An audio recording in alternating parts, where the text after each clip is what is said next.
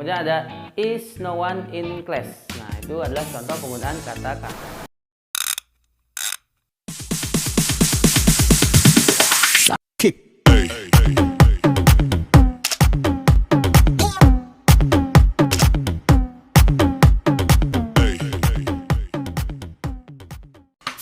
Bismillahirrahmanirrahim. Assalamualaikum warahmatullahi wabarakatuh. Berjumpa lagi dalam channel Pak Dul si Jenderal Kancil.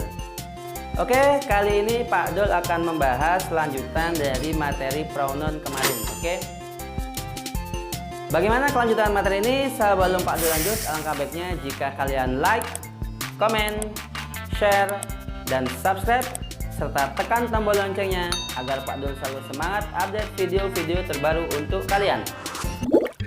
Langsung saja kita ke materi kita kali ini. Kemarin Pak Dul sudah membahas 3 pronoun pertama, yaitu personal pronoun, kemudian reflexive pronoun, dan yang ketiga kemarin adalah demonstrative pronoun. Nah, kali ini Pak Dul akan membahas 5 pronoun sisanya. Oke, pronoun yang keempat yaitu indefinite pronoun. Apa itu indefinite pronoun? Indefinite pronoun ini adalah kata ganti untuk orang yang tidak dibatasi oleh bilangan atau oleh angka-angka. Jadi dia menunjukkan kata ganti yang tidak terbatas. Jadi tidak ada pembatas angka di situ atau bilangan. Biasanya kata-kata yang digunakan di situ adalah some, every, any, dan no. Seperti tabel di samping saya ini ada sebuah tabel tentang indefinite pronoun. Di situ ada kata indefinite pronoun, kemudian kata yang mengikutinya. Di situ ada body, one, dan thing. Nah, yang pertama yaitu some. Some ini digunakan untuk menggantikan kata beberapa. Nah, beberapa. Dan ini digunakan hanya untuk kalimat positif. Jadi tidak bisa digunakan untuk kalimat negatif. Contohnya seperti somebody, someone, something. Kemudian setelahnya ada every. Every digunakan untuk arti kata semua. Semua.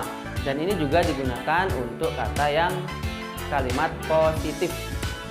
Jadi contohnya everybody, everyone, everything. Nah, kemudian bawahnya ada any. Any ini juga digunakan untuk menyebutkan kata atau arti kata dari beberapa. Beberapa dan digunakan untuk kalimat negatif ataupun interrogatif, kalimat tanya ya. Nah, jadi contohnya seperti anybody, anyone, anything. Nah, kemudian bawahnya ada no. No artinya tidak ada.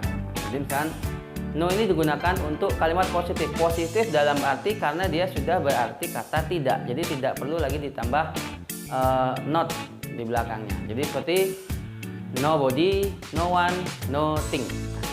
Bagaimana cara penggunaannya? Di sini ada sebuah contoh bagaimana menggunakan indefinite pronoun tadi. Contohnya seperti ini. Everyone is in class. Nah, semua orang atau setiap orang berada di kelas, dan itu dia menggunakan pola kalimat positif. Nah, kemudian bawahnya ada anyone is not in class. Nah, ini bisa diikuti not karena anyone digunakan untuk kalimat yang negatif ataupun interrogatif. Nah, di bawahnya contoh interrogatifnya. Contohnya is anyone in class. Kemudian ada is no one in class. Nah, itu adalah contoh penggunaan kata-kata tadi atau kalimat atau kata indefinite pronoun tadi. Oke, pronoun yang kelima yaitu reciprocal pronoun. Apa ini reciprocal pronoun? Reciprocal pronoun adalah kata ganti yang menunjukkan hubungan saling. Jadi saling keterkaitan atau hubungan saling.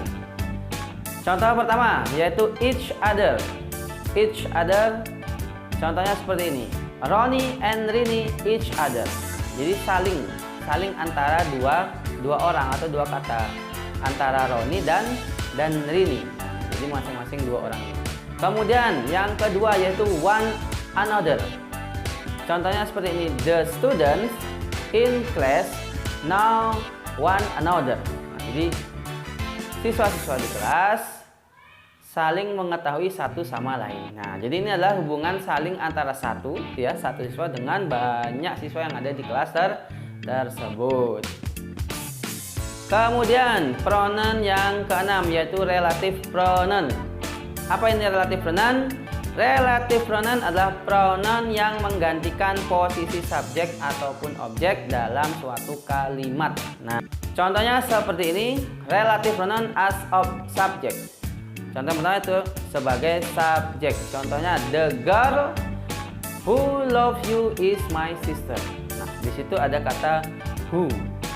Who di sini adalah relative pronoun sebagai subjek. Jadi the girl who loves you is my sister. Perempuan yang mencintaimu adalah saudara perempuan saya. Jadi ini adalah subjek. Who-nya adalah subjek. Kemudian contoh yang kedua, relative pronoun sebagai objek. Nah, contohnya seperti ini. The girl whom I love is your sister.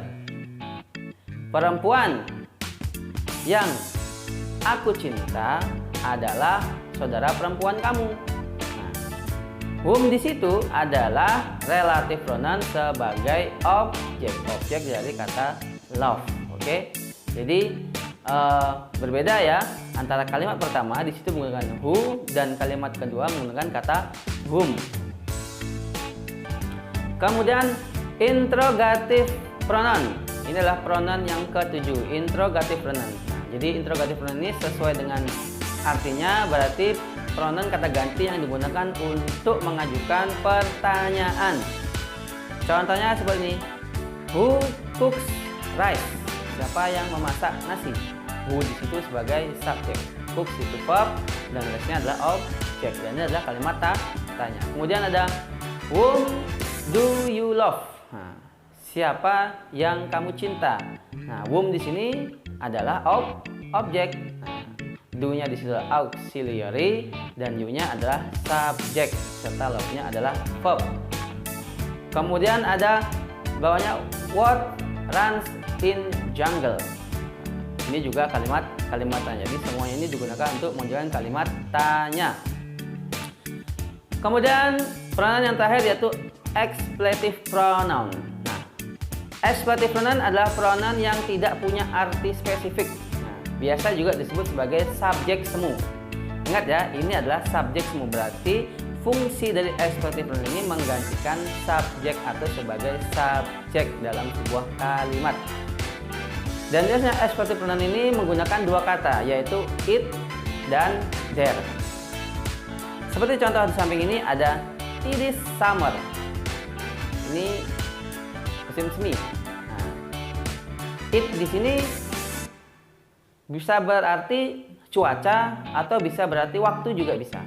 Misalkan ada kalimat it take 10 minutes, berarti ini membutuhkan waktu 10 menit. Nah, berarti it saat itu berarti waktu atau memerlukan waktu. Jadi it di sini tidak memiliki arti yang spesifik. Begitu juga dengan there. There is a student. Ada siswa. Nah, siswanya siapa ini belum jelas. Jadi there-nya ini belum memiliki kata yang spesifik. Oke, itu yang bisa Pak Dul sampaikan kali ini. Kurang lebihnya Pak Dul mohon maaf. Terima kasih. Assalamualaikum warahmatullahi wabarakatuh.